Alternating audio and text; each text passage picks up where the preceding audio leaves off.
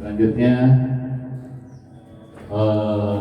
yang saya ingin informasikan mungkin ini buku saja. Yang ketiga yaitu Samisade. Samisade itu ada yang pernah tahu? Orang nih udah tahu nih pasti orang yang mana nih mainnya sama sekam soalnya bukan sama sekes ya. Tapi banyakin main sama sekes ya Pak ya, karena Bapak RT ya bukan pakai kecamatan. Samisade itu adalah program pembangunan APBD tingkat 2 yang digalakan oleh Bupati pada tahun ini. Jadi tiap desa kita di Kabupaten Bogor ada 416 desa. Di situ ada yang belum memenuhi syarat yaitu 67 desa. Itu informasinya seperti itu. Jadi yang akan mendapatkan Samisade yaitu sekitar 349 desa. Alhamdulillah untuk Kecamatan Tejo ya Pak Jadet ya dapat semua ya seperti itu. Karena Bupati sangat memperhatikan Kecamatan Tejo.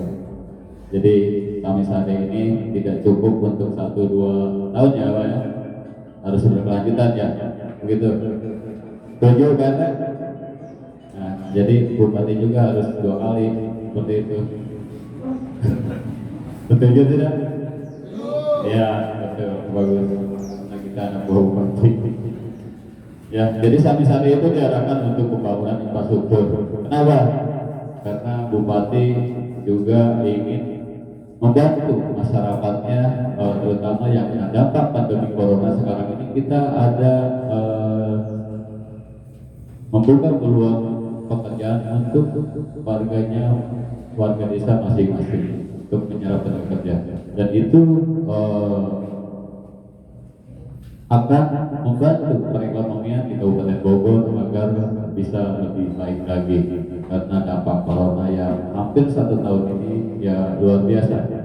Tapi Tejo kata Apip ini Tejo mah alhamdulillah kebal tidak kena corona. Jadi pembangunan infrastrukturnya harus banyak untuk Kecamatan Tejo, maksudnya bukan desa Tejo. Tapi tidak seperti itu, karena yang kenanya dampaknya ya, dampak COVID ya, bukan kena penyakitnya seperti itu. Jadi saya juga sudah bantah, tapi kita bukan kena penyakitnya Pak, tapi kena dampaknya. Dampaknya seperti apa? Pengurangan pekerjaan, tidak bisa bekerja, tidak bisa keluar, segala macam seperti itu. Ya, paham ya? Jadi nanti insya Allah juga itu juga berimbas ke DD kita. DD kita juga sudah diarahkan untuk dianggarkan lagi di keuangan DD, yaitu sekitar 300.000 juga atau WPD ya, kalau disetujui ya. Nanti mungkin volumenya atau kuotanya yang berkurang, tadinya 241 kita arahkan sekarang maksimal 130 lah. Harusnya kemarin harus dibangun kartu tadi ya.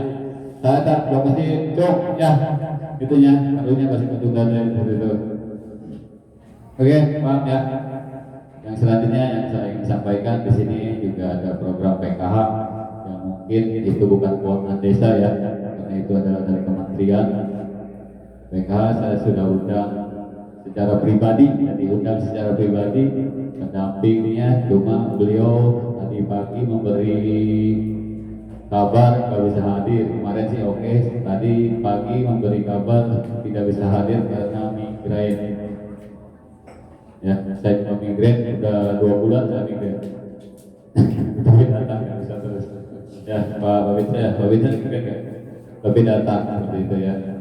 Jadi jangan sampai tidak seperti itu.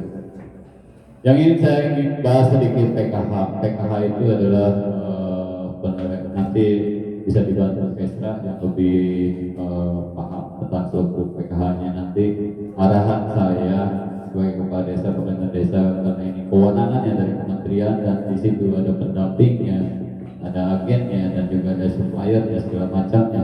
Nah, untuk penerima manfaatnya adalah warga kita. Ya, paham ya, warga RT, desa juga, bukan orang lain, itu warga kita Pak. Jadi tolong, apa yang diterima oleh warga kita harus sesuai. Ya, tolong ditanyakan sesuai ya dengan apa yang sudah diriliskan sama pemerintah. Jangan sampai kita harusnya dapat sekilo, dapat setengah kilo seperti itu. Nanti dicek lagi ke RT ya, kalau lapor ke saya. Khawatir ada yang permasalahan. Jadi secara tegas ya, pemerintah desa menghimbau kepada ketua RT dan RW-nya dan masyarakat untuk mengawasi pendistribusian bantuan-bantuan dari kementerian yang berbentuk sembako ke PKH masing-masing. Jadi kewenangannya Pak Desa itu tidak bisa mengajukan ya Pak RT, apalagi saya juga tidak bisa mengajukan Pak. Ini keluarga ini layak. Saya nggak bisa Pak. Kalau nyoret saya bisa, nyoret saya bisa, dan juga pendamping juga tidak bisa Pak. Tidak bisa mengajukan karena itu list database turun dari Kementerian Des. Kita yang verifikasi ini layak tidak seperti itu. Ya, gitu ya. Kira-kira ya. Kira-kira seperti itu ya. Jadi kebetulan PKH-nya nggak hadir. Baik, selanjutnya yaitu kita juga diberikan tugas lagi nih oleh kabupaten, termasuk juga ke Pak Sekdes kalau ada perubahan APBDes lagi ya. Situ dituangkan nanti kita akan ada puskesmas nanti yang kemarin untuk fintechnya Pak Samuri nanti jelasin aja karena ini kepentingannya juga dengan atau manfaatnya dengan masyarakat kita. Ya mungkin nanti juga ada tenaga puskesmasnya yang diwajibkan didanai oleh desa ya Pak Sekdes ya, dirubah sedikit. Dan juga selain itu akan membantu kinerja dari Pak Orkestra ya Pak Orkestra ya. Jadi Posyandu juga terbantu dengan adanya puskesmas seperti itu.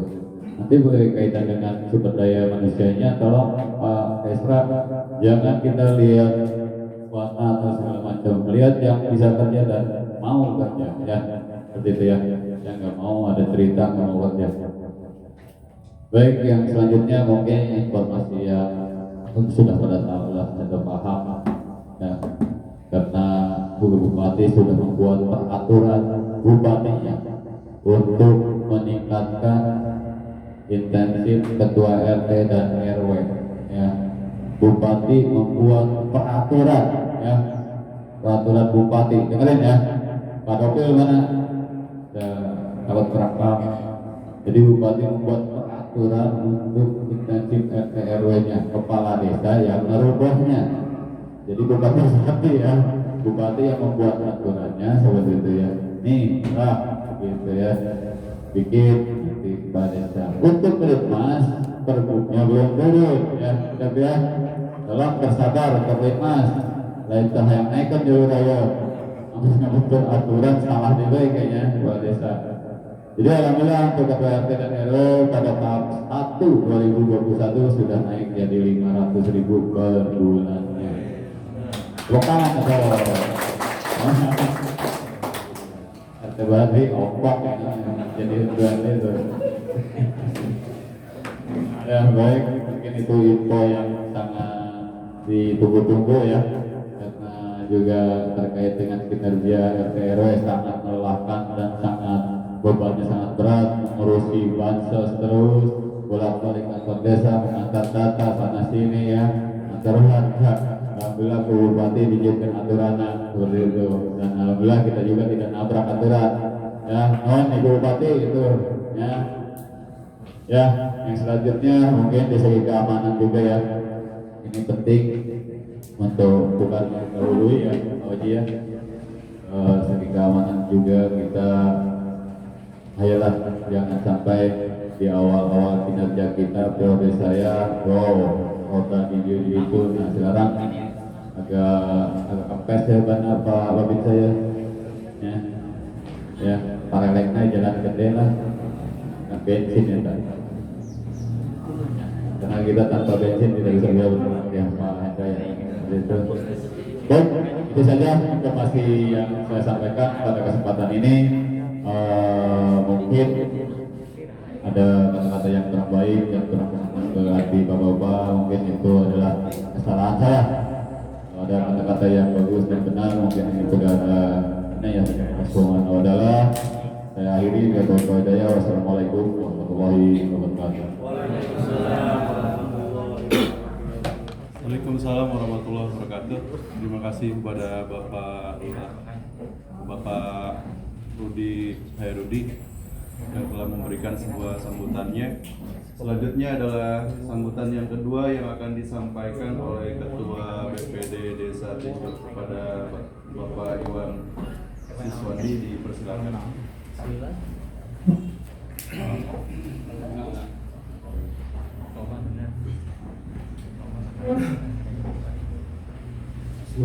Bismillahirrahmanirrahim. Masker ya. Yang terhormat Bapak Kepala Desa beserta jajaran Des, Pak Bendahara, Pak Keuangan. Yang terhormat Pak Babin Kamtibmas Desa Tenjo yang selalu dan always standby di segala pelosok Desa Tenjo. Terus yang Bapak PKN Mikro. Yang terhormat juga Pak Babinsa yang juga alhamdulillah terus mengawal pelaksanaan PPKM Mikro. Akhirnya Pak ya. Pak Jajat dari pendamping, para ketua RW menghormati para ketua RT juga yang kami banggakan, rekan-rekan BPD, ketua LPM, Karang Taruna, semua ya lembaga kemasyarakatan yang ada di Desa Tenjo, para tokoh masyarakat, ibu, kader, kakak. Tidak akan terlalu panjang lebar Pak, Bu, yang ingin saya sampaikan. Karena memang di setelah corona waktu semuanya dibatasi ya, semua kegiatan juga kita dibatasi oleh waktu. Dan kebenaran Pak Jumat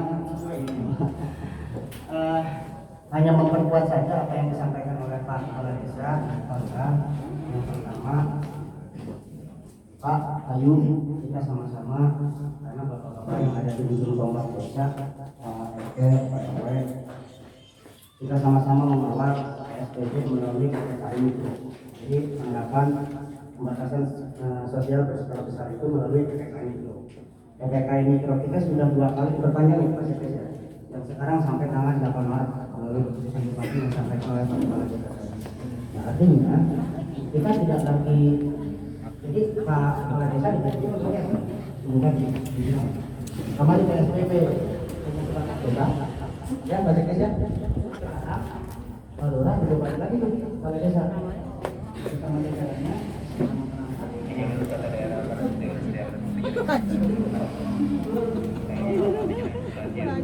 Salam buat itu Putra Bogor dong.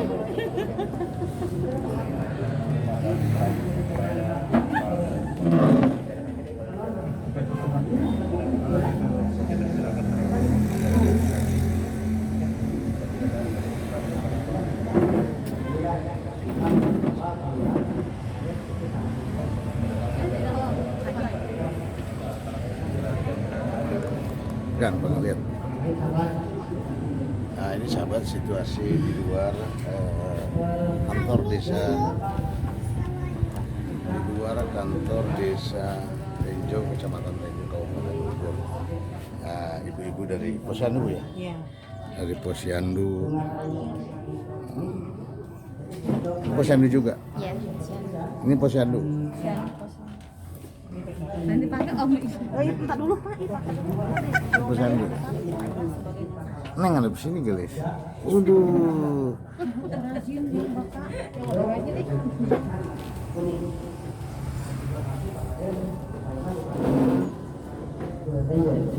Ada YouTube-nya? Ada YouTube-nya? Hah? Ada kuotanya? Ada kuotanya kan? Nah, suasana kereta api ini masih di kantor Desa Tenjo, sahabat.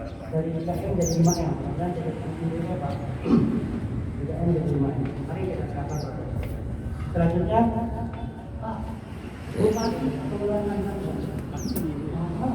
Ini ibu-ibu ke PKK. Sini, ada di sini ibu. Dengan siapa? Ibu Yatmi. Bu Yatmi, RT naik honor, ibu kagak. Protes nggak? Aduh. Kalau kader Aduh, gimana nih Bupati curang banget ya? Aduh, payah nih Bupati ya. Tapi nggak apa-apa ya. Ah, Bertahap kali Pak. Hah? Bertahap kali. bertahap ya. Iya. Kalau enggak jangan dicubitin anaknya ya. Enggak lah.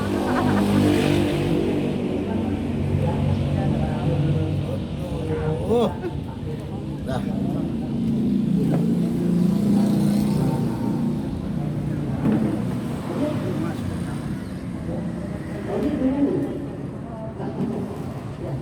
Jadi aksi solusi terbaik Pak untuk keluar dari ini. Aku solusi terbaik. Ketika 80% warga Indonesia sudah aktif, termasuk warga Indonesia sudah aktif, maka relatif pihak bank. Relatif itu Pak. Itu Bapak nggak ada handphone? Nggak ada handphone. Vaksin adalah solusi terbaik. Yang berikutnya adalah PKH Pak. Saya ketika informasi dari Bang Des, ini kan PKH tidak ada yang khusus pada kelompok Des. PKH yang mendistribusikan bantuan PPNT ya Pak Lurah ya? Pak Jajan ya? PPNT ya? Non tunai dan PKH. Kita sih hanya minta begini, rekan-rekan aparatur desa kita awasi saja. Karena PKH di sektornya di dinas sosial ya Pak Sekres ya? Sos ya? Sos, jadi kita sama-sama kawal saja. Apabila apa yang disampaikan didistribusikan dari bantuan tersebut tidak sesuai, tidak apa-apa, kita keluar saja. Hanya apa kan? Bantu Pak Lurah ikut pengawas. Kita sama-sama awasi. Isi obatnya ulama, menurunkan obat minum disuruh kita awasi saja bareng-bareng. Tapi kita percaya PKH juga kan selalu koordinasi dengan Pak Kades. Beliau akuntabel, ya beliau transparan, mereka transparan. Kita ikut awasi saja. Alhamdulillah juga Pak RT dan Pak RW sudah fix ya untuk kenaikan insentif dan honorarium. Saya sama-sama juga kalau Pak RT dan Pak RW itu diprioritaskan karena Pak RT dan Pak RW ini kan ujung tombaknya Pak Lurah. Pak Kades tidak mungkin bisa maksimal tanpa dukungan penuh dari Pak RT dengan Pak RW. Ujung tombaknya Pak RT. Sama dengan kebijakan tersebut. Dan yang terakhir, mari kita selalu menjaga kesehatan kita Pak. Saya sih berharap kita tidak egois karena di rumah ada istri dan anak kita. Kalau kita di luar tidak menerapkan protokol kesehatan, maka yang akan jadi sasaran adalah keluarga kita yang di rumah. Kasihan, mereka di rumah tidak kemana-mana, kita yang kemana-mana dengan segala aktivitas, yang kerja, membawa virus yang ketahuan, yang kena virus. Mari kita tetap terapkan protokol kesehatan dengan 5M. Mohon maaf segala kehadirannya. Assalamualaikum warahmatullahi wabarakatuh. Waalaikumsalam warahmatullahi wabarakatuh. Terima kasih kepada Bapak Iwan Siswandi, Ketua BPD Desa Tenjo yang telah menyampaikan sambutan dan juga arahannya untuk kita semua. Selanjutnya adalah sambutan yang ketiga dari pendamping desa Bapak Jajat Sudrajat. Ada PD, ada PLD Pak ya. Kalau PD itu lebih tugasnya di kecamatan. Kalau PLD pendamping lokal desa baru atas nama desa yang mendampingi secara keseluruhannya di desa. Nah, sambutan dari Bapak PD, Bapak Jajat Sudrajat kepada Pak Jajat Sudrajat dipersilahkan.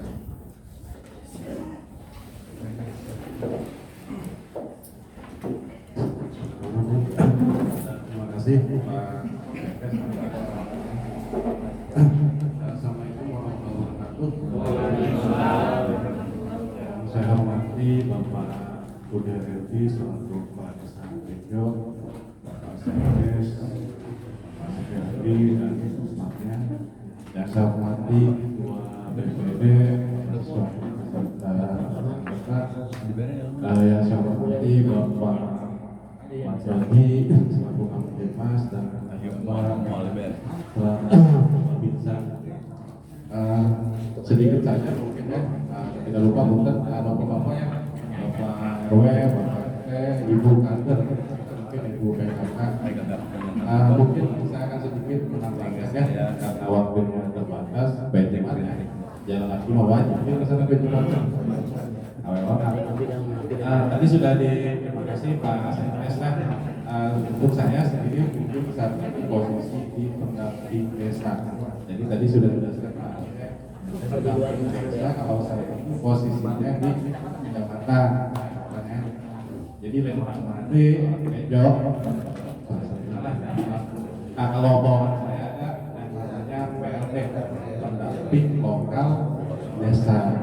Ya mungkin dia orangnya jauh orang aslinya, maka jarang. Tapi kalau PLT itu dia kewajibannya untuk mendampingi dan memfasilitasi di tingkat desa. Kalau saya mungkin hanya sebatas koordinasi dan para PLT untuk selalu melakukan sedikit saya tambahkan tadi ada yang menggunakan Pak Kades untuk penggunaan desa ya, dan desa untuk tahun ini penggunaan desa ini ada instruksi Menteri Desa ya terkait penggunaan desa yang mungkin sebelumnya kemarin sudah jelas.